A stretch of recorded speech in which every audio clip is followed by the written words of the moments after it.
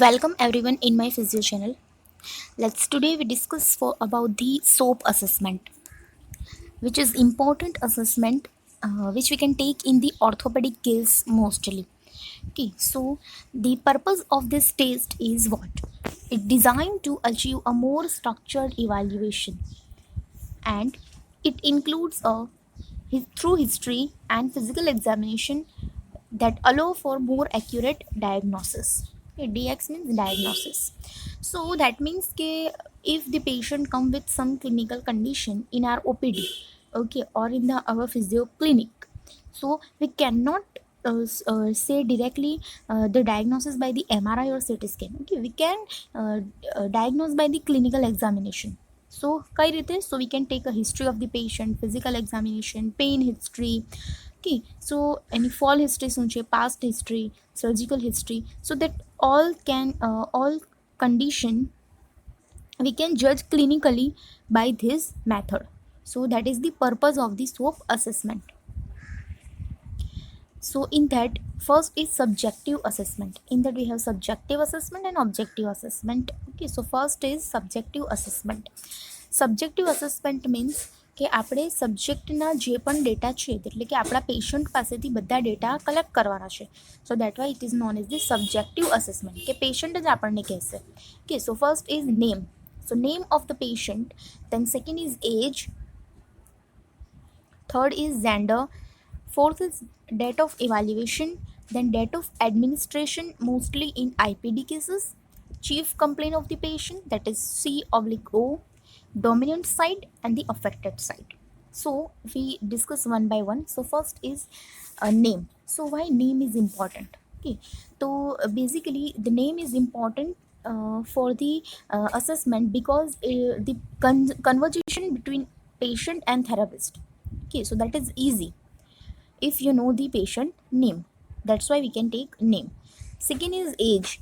So some condition which are mostly present in children's, some condition which mostly present in adults one, okay, or geriatric condition. So the age is important. Like કે અગર CP નો child છે, if we have cerebral palsy patient, so that is common in children. If the osteoporosis condition, so which is more common in geriatrics. Okay, so that's why age is important. Third is gender. So the female and male. Okay, so the some condition which is more common in female, like in after menopause the osteoporosis is common. Then in male some condition which is more common. So that's why we can take the gender. Okay, then fourth is date of evaluation, like examination date of administration if patient is in the IPD cases, then chief complaint of the patient, that should be always in patient language. Okay, કે ધારો કે patient complain કે I have pain in my right side, બરાબર? તો right સાઇડના ખભા પર pain છે મને, તો you can write the pain in the right shoulder. Okay, just in simple language whatever talk by the patient. અગર patient કહેશે કે મને ચાલવામાં પ્રોબ્લેમ છે, so you have to just write down about the patient has walking difficulty. Okay, અગર patient કહેશે કે મને હાથ ઊંચો કરવામાં પ્રોબ્લેમ છે, સો પેશન્ટ અગર પેશન્ટ કમ્પ્લેન કરે કે મને હાથ ઊંચો કરવામાં પ્રોબ્લેમ છે, ઓકે, અથવા તો મને કાંસકીથી વાળ ઓળવામાં પ્રોબ્લેમ છે, so you can just write that patient has difficulty in overhead activity. Okay, you cannot write કે patient has shoulder flexion difficulty, okay, or shoulder extension difficulty, shoulder abduction difficulty. That should not include in chief complaint. Chief complaint should always be in patient's layman language. So remember this.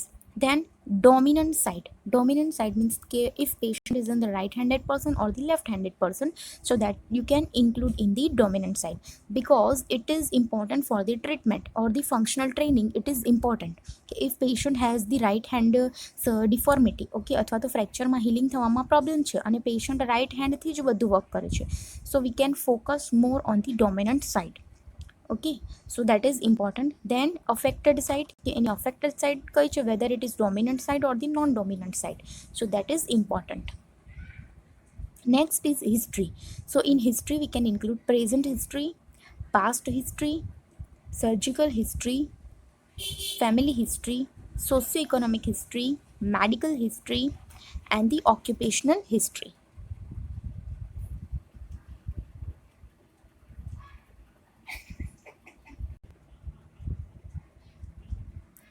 So first is present history. Present history means કે પેશન્ટની present illness વિશે આપણે લખવાનું છે. Okay, કે patient ધારો કે 3 or 4 month before એ પડી ગયા, then he went for the some doctor. Okay, doctor suggest for MRI or X-ray, then patient can diagnose with this condition and now come for the physiotherapy. So this all criteria which can include in the present history of the patient. Mode of onset, okay, present illness શું છે પેશન્ટની, mode of injury, okay, that all should include in the present history of the patient. Second is past history, કે before 1 year or 3 year, okay, અથવા તો 2 to 3 years before પેશન્ટને અગર બીજી કોઈ conditions હોય, ઓકે, લાઈક કે patient has fracture had fracture before 3 years on the humerus, okay, so that should include in the past history. And now patient has again come with the fracture of the femur, that should include in the present history. So past history in past. Now the surgical history, કે patient has some surgery for the heart, okay, એને કોઈ heart condition છે તો કોઈ stent મુકાવ્યું છે, okay, કોઈ pacemaker મુકાવી છે, તો અથવા તો કોઈ ફ્રેક્ચર કર્યું છે તો એની plating done by the orthopaedic or not, so that all condition come under the surgical history. Then family history. Okay, so family history means कि some condition which is herited, okay, कि अगर mother ने हसे अथवा father ने हसे, so that should always present in the child also.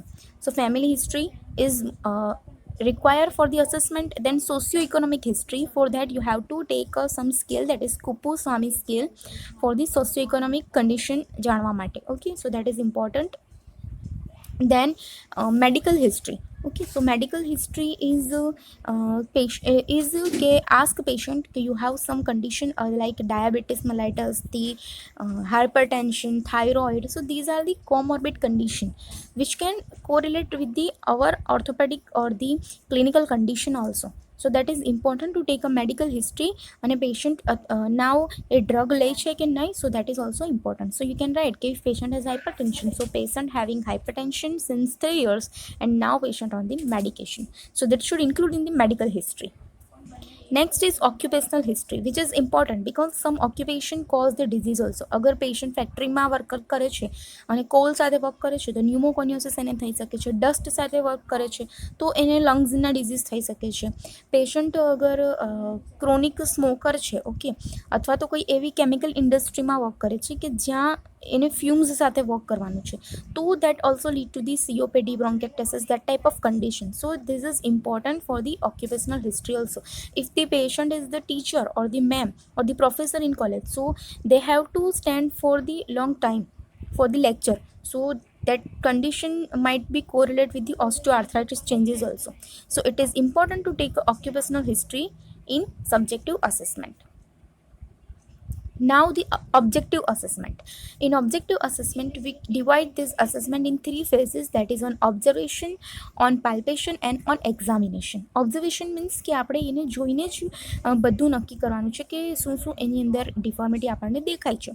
On પાલ્પેશન એટલે કે આપણે ટચ કરીને આપણે ફીલ કરવાનું છે. On examination that is examine કરવાનું છે આપણે. So these 3 which include in the objective assessment we see one by one. So first is on observation, that is Build. Build means the BMI. Okay, so patient either ectomorphic, mesomorphic or endomorphic. Okay, so ectomorphic means the thin patient, mesomorphic means the normal patient, and endomorphic that means the obese patient. So BMI that is about the BMI. If patient has BMI between 18 to 24.5, that is normal, so we can say patient is mesomorphic. So how to take BMI? That is weight by height square. Okay, weight in kg and height in meter square. So you can take BMI and categorize the patient is come under the ectomorphic, that is thin cha patient. If it is BMI less than 18, so patient is come under ectomorphic. If BMI is more than 24.5, so patient come under the endomorphic. So that is about Build. Then second is attitude of the limb of the patient. Third is swelling. Swelling આપણે ઓબ્ઝર્વેશનથી જોઈ શકીએ છીએ whether it is present or the absent. Then scar formation. If scar is present, so you can write the yes, scar is present. If it is absent, so you can write this car is absent. Then bleeding કે જે પણ injured site છે ત્યાંથી bleeding present or not. Then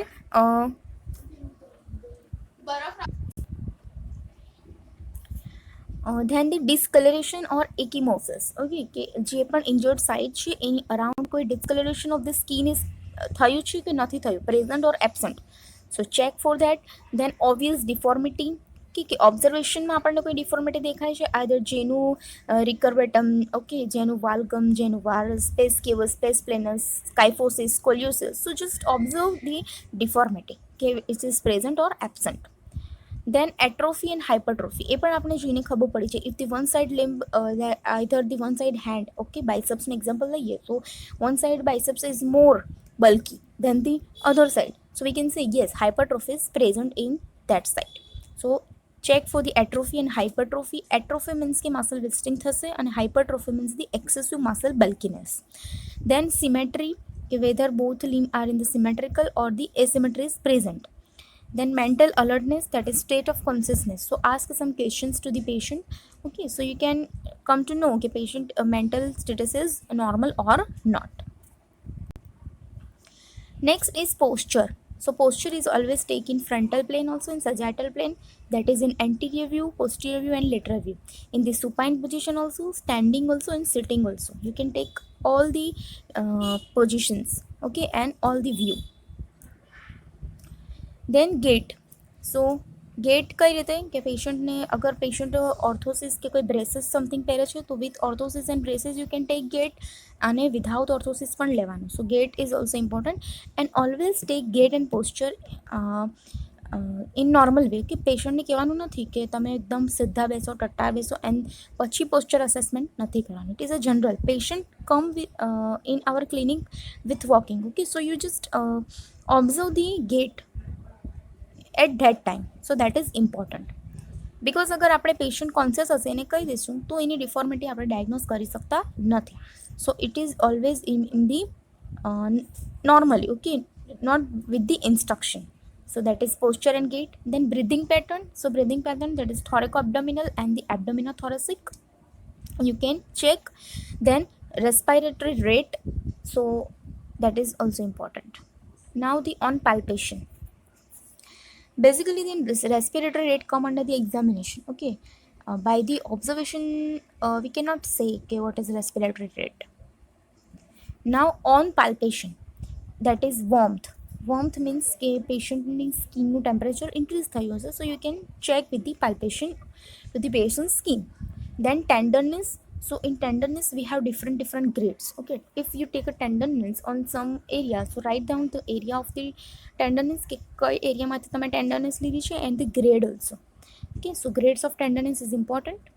Then crepitations, whether the crepitation is present or not. We can check crepitation with the passive movement normally. Like કે ની ફ્લેક્શન્સ છે તો ઓસ્ટિયોઆર્થ્રાઇટિસના પેશન્ટમાં આપણે ક્રેપિટેશન્સ ચેક કરીએ. સો આસ્ક પેશન્ટને નથી, આપણે પેશન્ટને કહેવાનું કે relax position and then passively do the new flexion and extension, so you can hear the crepitation. Then deformity and spasm, muscle spasm is present or not, you can palpate with the palpation. Then edema. So in edema we have two types of edema, petting edema and non-petting edema. Petting edema means indentation is present during palpation and non-petting means indentation is absent. Now on examination, third category in the observation part, that is on examination. In that we include motor examination as well as the sensory examination. Mostly the sensory examination we can take in neuro patient mostly. Now in motor examination we can take a range of motion, that is active and passive, both is important. Active range of motion and passive range of motion. Like example કે shoulder flexion છે, so shoulder flexion active range of motion on right side, shoulder flexion active range of motion on left side, shoulder flexion passive range of motion on right side, and shoulder flexion passive range of motion on the right side. So this is important. And if we have knee problem with the patient, so take the range of motion of the proximal joint also as well as the distal. અગર નીમાં problem છે તો એન્કલની range of motion પણ law and હિપની પણ લેવાની, સો that is important. Then end fill, that is the resistance fill at the end of movement. So end fill, that different types in the end fill are just soft, firm, hard, okay, abnormal end fill. So that should come under the motor examination. Then LLD, that is limb length discrepancy. I also make the video on LLD, so you can see my channel and easily